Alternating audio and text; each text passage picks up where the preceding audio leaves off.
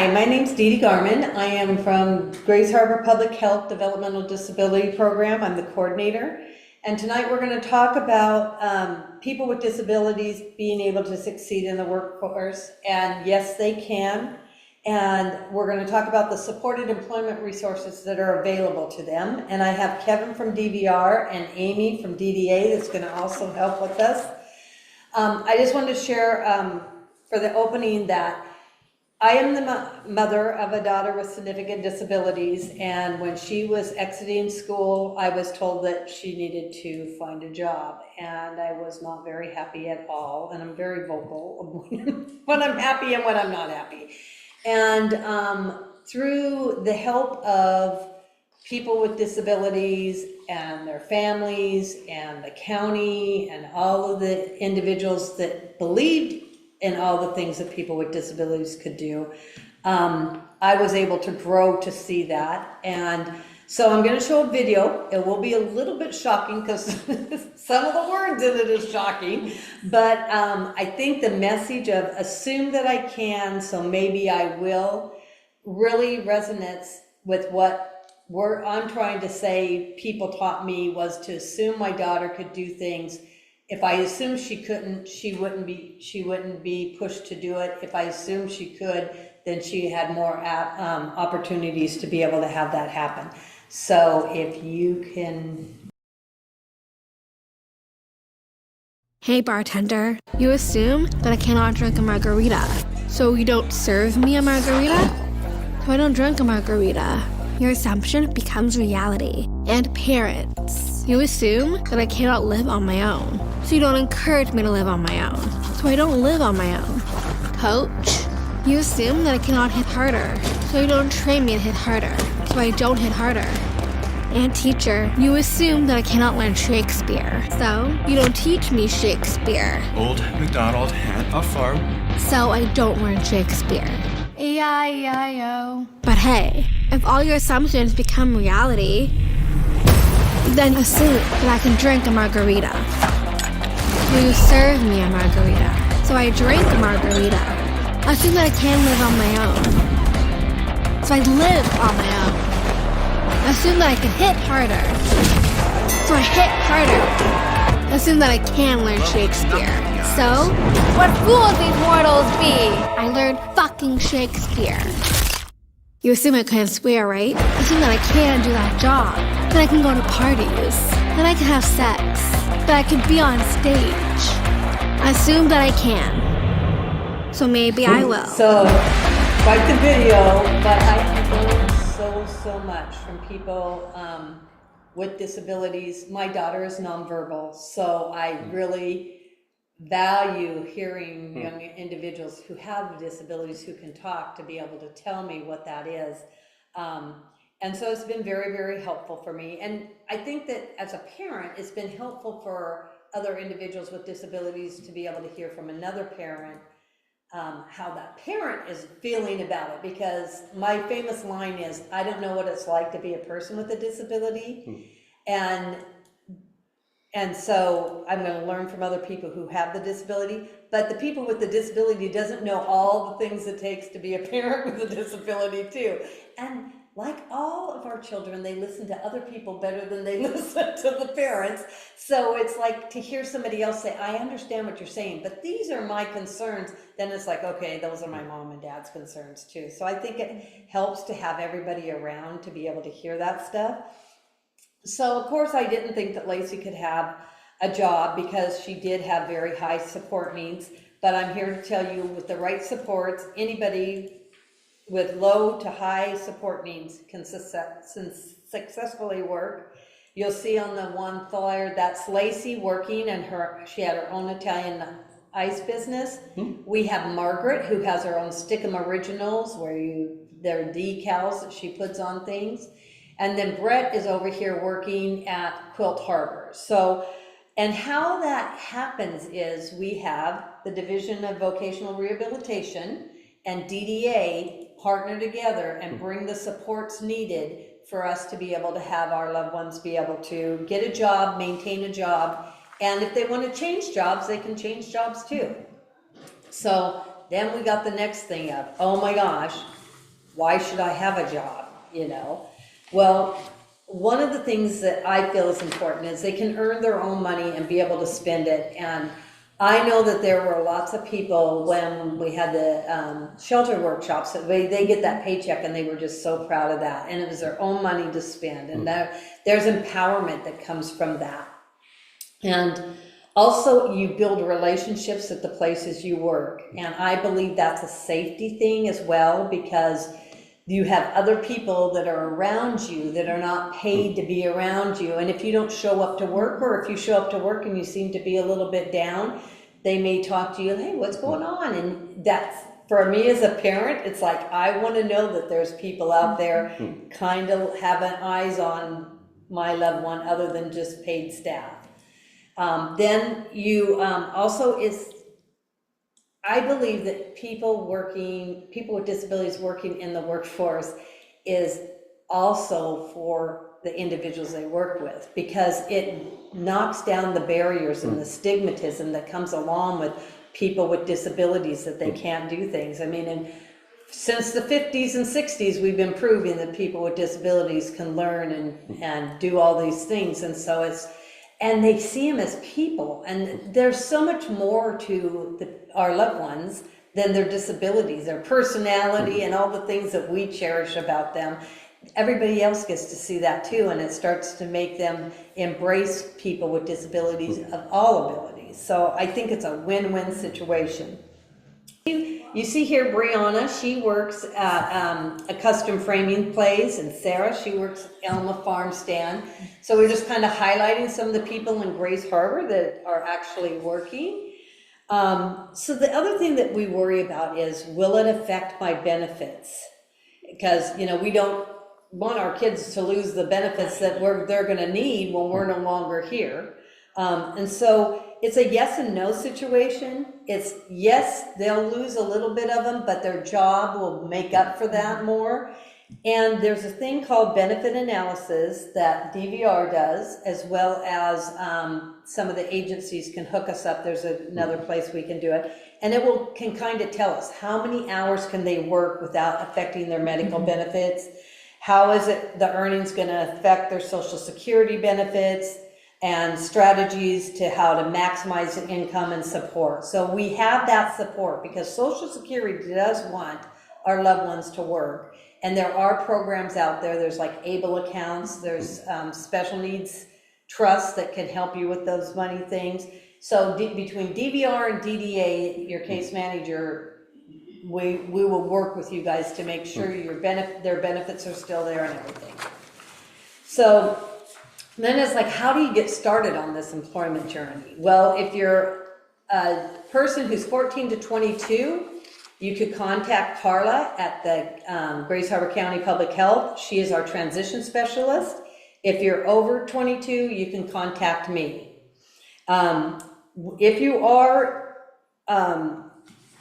14 to 22, we encourage you to start about the time you're 14. I think, I can't remember your daughter's name. Crystal was we did a lot of stuff in school when I went. Right. Yeah, and so we encourage them to do this stuff in school that gives them the job experience and all of that stuff, developing their soft skills like time management and how to go to work on time. And then just to stay in touch, if the people are in school, to stay in touch with our transition specialist, so that she can tell you about workshops or transition fairs and stuff. And I will say at 14, so that would be doing pre-eds, pre-employment supports, and that's like a 2-page application with the school. You may have done that with Crystal at the school, I'm not sure. But that would start at age 14, 1-page application that the parents fill out, 1 page that the school fills out to start those supports at 14. Did you know anything about DVR about that? I'm still learning a little bit about pre-eds. I've only been in DVR a couple months. I was just talking to my supervisor about this today. I know that there's about 5 services that we help support through pre-eds, which is like job shadowing. Some of them are like skills training. I was literally just talking to him today about it. So DVR can help pay for some of those if that's like financial, if that's what's going on. But then once they're out of school or almost out of school is when they usually hook up with DVR, and I'm sure we'll get to that. Right. Yeah, so then if you contact either Carla or I, then we will help you get connected up with DDA. If the person isn't already connected with DDA, if they are, then we help them connect up with their case manager to get connected up with DVR. We always try to have people start with DVR because DVR can pay for a lot more stuff in the beginning of a job. So like if they needed special equipment or special clothing, they can do that. So I'm going to turn it over to DVR and DDA for right now. And just if there's anyone listening that doesn't know what the acronyms are. Thank you. DVR is the Division of Vocational Services, and DDA is Developmental Disabilities Administration. And it is on your PowerPoint too that you can get. Yeah. And we do have Cassidy on the PowerPoint because Cassidy is the person that we usually talk to a lot with it. Anything that you want to add? If you look on this employment supported resources on this one page, it was always so confusing. We have created with DVR and DDA. The green is what DVR can pay for, and there is a document that underneath all of those categories, they kind of explain each one of what that means. So when you're looking at it and you go, what does that mean? You can go into the page and see what it covers. But you can see where DVR covers a whole lot more than what DDA does. So the main part, if you don't mind me saying, the main part is that DVR can give intense training. They can really help focus on getting that job. And if somebody gets a job and they need that one-on-one, really getting down that job, DVR pays for that really intense training. And like I said, any kind of stuff that they need, technical assistance or whatever. And then the blue part is DDA, where we pay for some other stuff that can mirror that. But our main process is once the person is in the job and they have learned the job, then we're there to help supply that support for ongoing. I will say that our whole total goal is to make people be as independent as possible. That doesn't mean they're not going to have a job coach there or whatever, but we want to take that person, that job coach, out of the middle so that they can build those friendships. So they try to get them to be as independent as possible, but the hours are there to support. The other good thing about starting with DVR is if something happens and they're in the middle of the job and maybe they get bumped up to more job duties or whatever, or they get advancement, then DVR can kick back in and do some more intense training. So we're trying to use both of services to be able to support the individual as much as possible. Is there anything else? I was just gonna say, as you have the PowerPoint and go through this with Developmental Disabilities Administration, it is true with individual employment that's not going to start with Developmental Disabilities Administration until age 21 when it comes to employment supports. But DDA services you can have at a very young age, and we do encourage individuals to apply for services and get supports with DDA much earlier and at a very young age. Our goal when it comes to employment is that we're going to transition you when you're in school into a job and supports with DDA as you graduate from high school. And so that we're there to do that seamless transition. So you graduate, you have a job, and we're going to step in and support you. So, Kevin, did you have anything you wanted to add? Yeah, just piggybacking on what both you guys said, I feel like DVR, as I'm learning about it, we're kind of that person in between, as they're finishing up school, we help find that employment, we'll help with the job searches, and for some people also job retention, we can stay with them for a brief period, usually about 90 days. It's really, we're gonna help you apply, look, and nail down that job.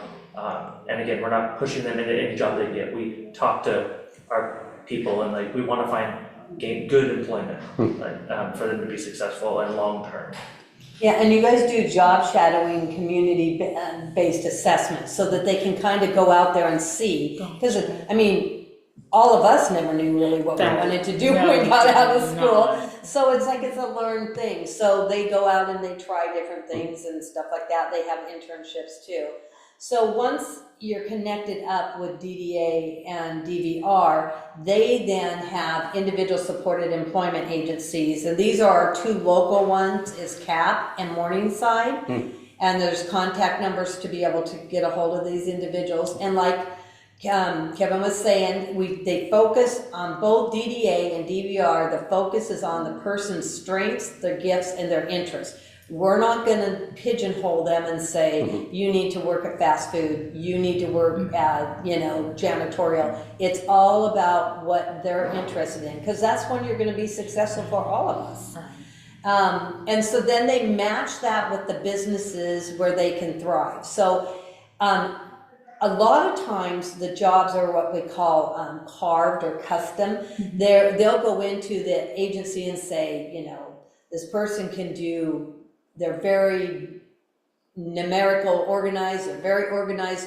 Can you use somebody like that here? And they find the job, and then that way it frees that other staff person up to do other stuff, and then they are carved out that job. So we also don't say you have to work 8 hours a day or 4 hours a day. It's whatever the individual is saying, this is what I feel comfortable with. And then we provide them with a job coach to do the monitoring to full support. Some people who need full support will have that. Again, we're going to try to decrease that to as much as we can. The work sites are a variety of things, like we said, offering choice and flexibility. Again, if they get into a job and they say, this isn't what I wanted to do, I thought I wanted to do this.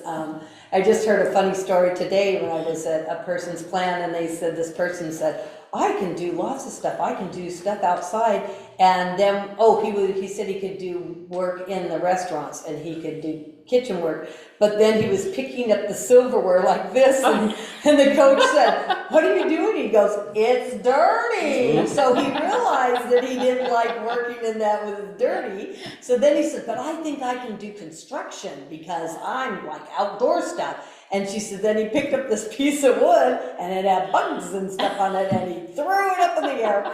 So they did find him a job, but it was inside a warehouse where everything's clean and not been used yet, and he loves it. So, I mean, those are all things that you don't know until you're out there in the workforce doing it.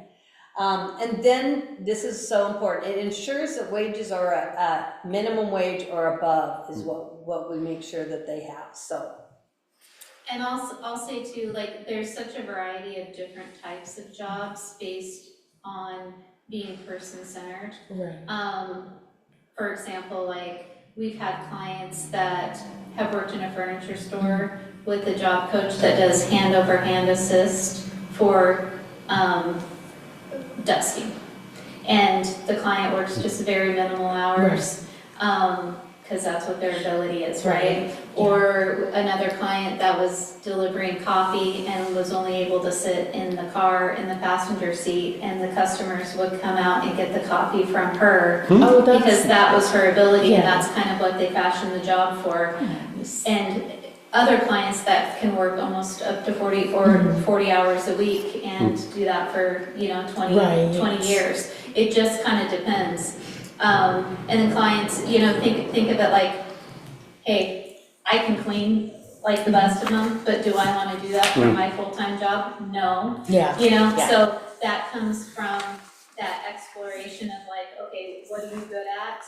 What do you enjoy? What are your passions? And then trying some new things and trying different employment opportunities and finding out what they really want to do as a job.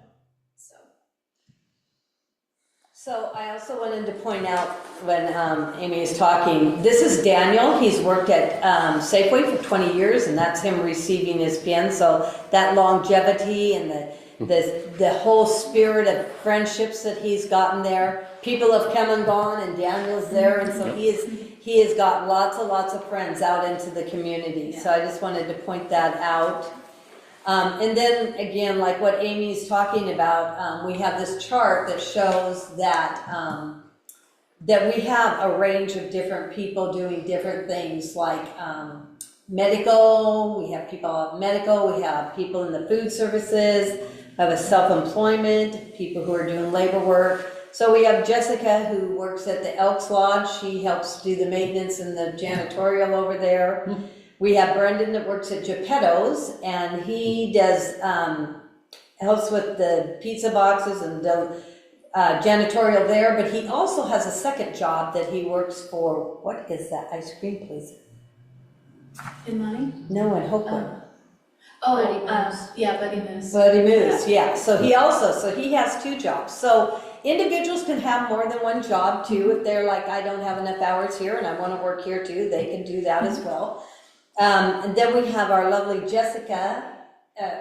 Jessie. She worked at the State of Washington Department of Child and Youth and Family Services. She just retired in January with 20 years experience, and through her work, she was able to buy her own home and live on her own. She took the bus back and forth to work.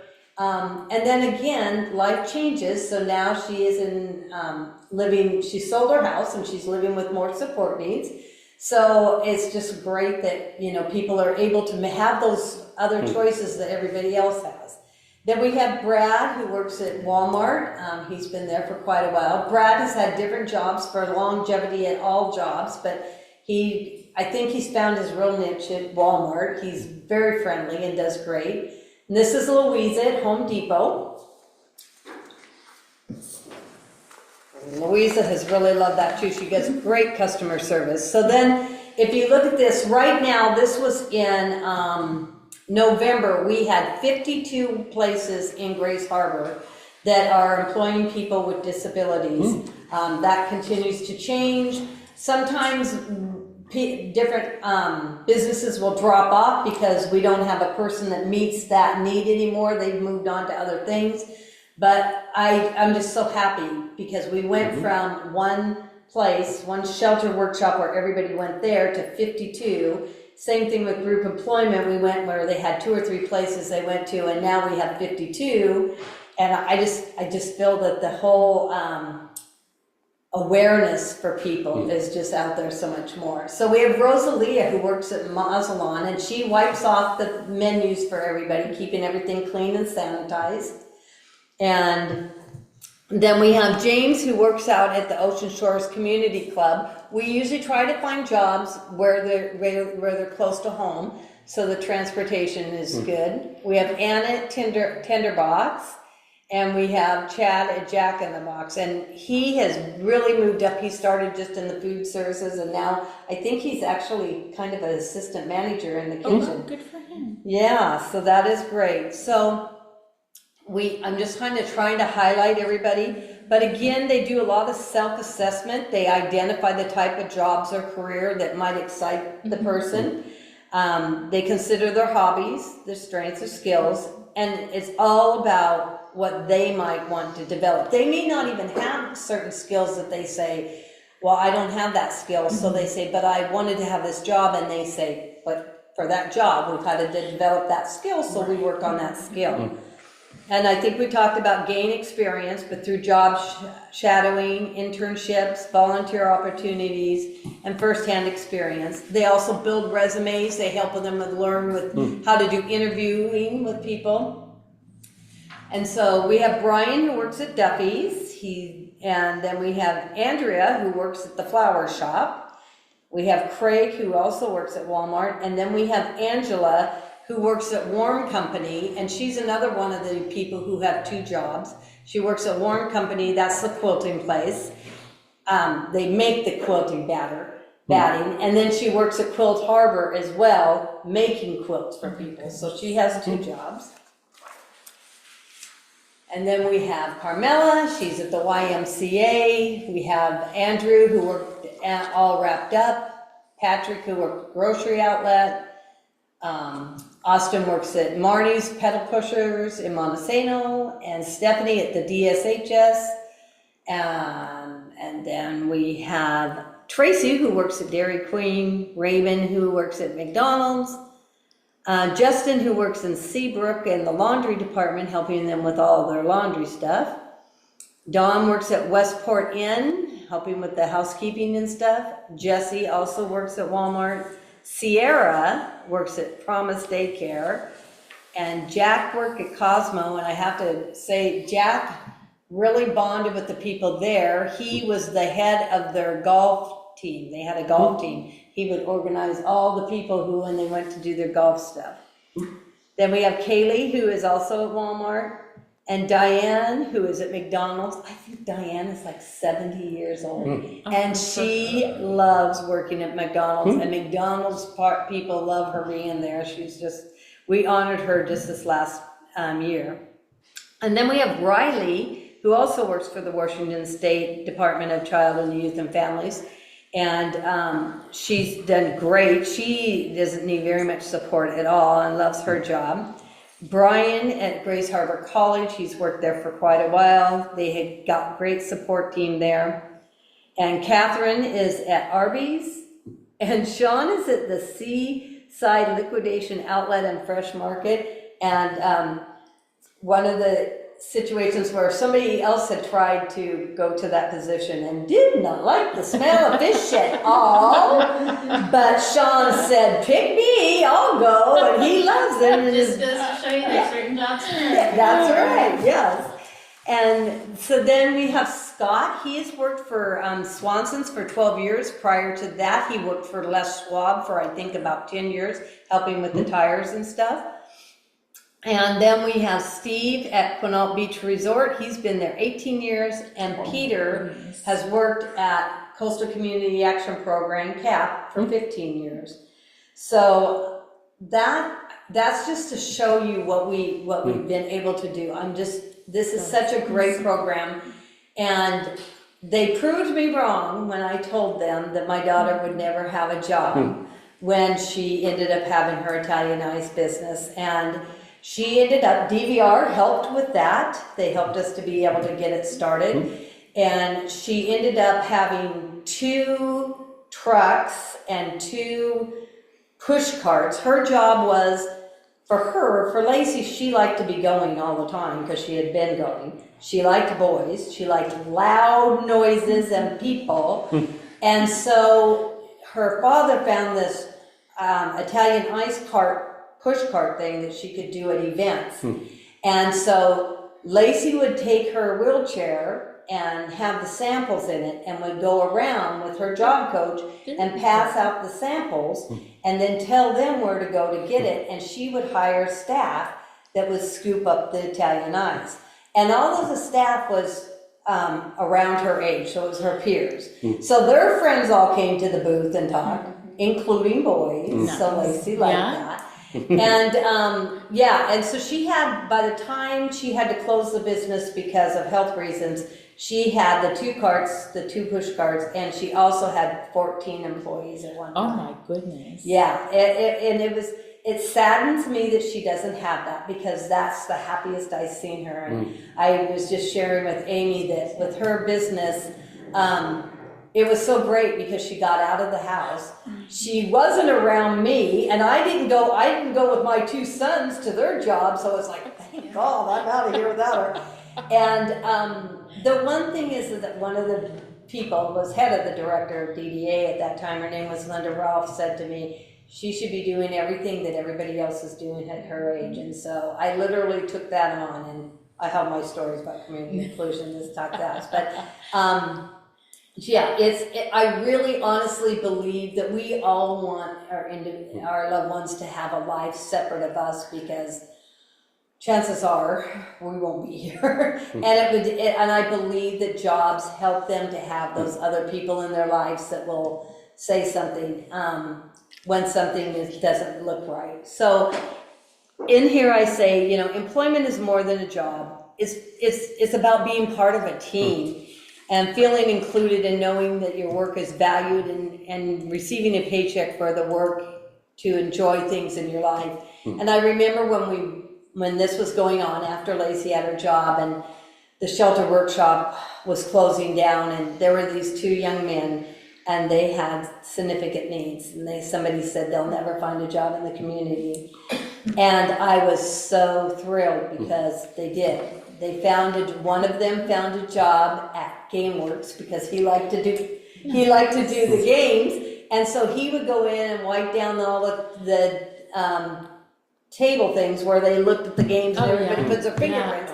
His job was to go in there and do that, and he loved his job, and his vocabulary increased because he doesn't talk much, but it increased, and he loved that job. And then the other young man worked for ServPro doing cleaning and stuff, but the best part of that was he got to have a polo shirt that said ServPro. Nice. He would wear that everywhere he went to be able to show that he was part of that team. And then to top it off, they let them ride in the ServPro truck at the parade. And he got to wave at everybody. And so it's like, and all those people that he got to meet and all of that stuff. So it really is more than just the paycheck. It's about that connection with your community. I wanted to say too that once a client is on services with DDA, they have a job and they have supports with their job coach. Clients have their annual assessment, and so there is ongoing collaboration between the DDA case manager, the job coach, and Dee with the county. Okay. So every year, whatever the job, the hours are that are identified in the person-centered service plan, those are discussed. Are they still meeting the client's needs? And so those may change. Right. Depending on whether or not they're serving the client the way that they need to be served. And so if there additional supports are needed, they get requested. Yeah, and it's very, very much involved with the whole team saying, what do you think, the individual and the whole team. And then we even have outcomes. So like, we say, what is going to be the outcome of this? Will this person be able to do it with monitoring or verbal, or will they change and learn a new task, whatever it is? And if the person hasn't met that goal, it's not like they failed. What we do is we go, okay, what strategies do we need to use to be able to help that? Or was it, do we need to do this? So it's such a team effort. And our case managers are required to invite the job coaches to the annual assessments.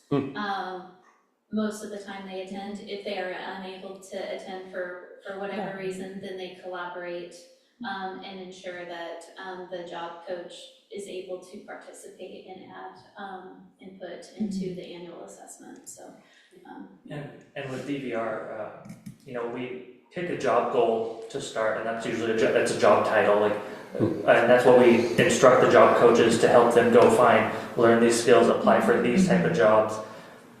But it can always change. Like if we do a community-based assessment, they try, stocking groceries, and they're like, I hate this, or I can't stand this. Then it's like, okay, let's bring it back, let's meet together, let's talk about what other skills, what did you like, what didn't you like. The goals can change, the services we can provide change as the case grows. And again, our job isn't to get you just the first job we can get you in, it's to find a job that they will like and be successful at, and with or without services lifelong. But we just want our customers to be successful. and there's a section on the assessment that's geared towards employment. And again, because it's person-centered, how many hours do you want to work per week? Like, what are your goals? Right. So it's not like the case manager saying, this is how This many is hours what- you have to right. work. I mean, we Right. never force anyone to work, Yeah. it's, it's again, person-centered. So that they're the driver when it comes to that as well, so. Yeah, and they also, they ask about, do you want a job in the morning, or in the afternoon, or in the evening time? Because some people are night people, some people are morning people, some people are afternoon people, so. Yeah, and the other thing again is the breaking down the barriers and helping our whole community grow to be able to see everybody's capabilities regardless of their abilities. And I just thank you guys for being here, and I just thank you about being part of this movement, because I really, really believe my whole dream is that someday there won't be any kind of segregation. It will be, everybody will just be who they are and stuff. So I just say, let's continue to open the doors and change lives and make lasting impact for everybody. It was families like you, families like us, agencies like them that have went from our individuals not having a home and being in institutions to being where we are today. We've come a long ways, but we got a ways more to go for us to be as parents to feel like, okay, it's okay if I'm not here. Yeah. So thank you for coming.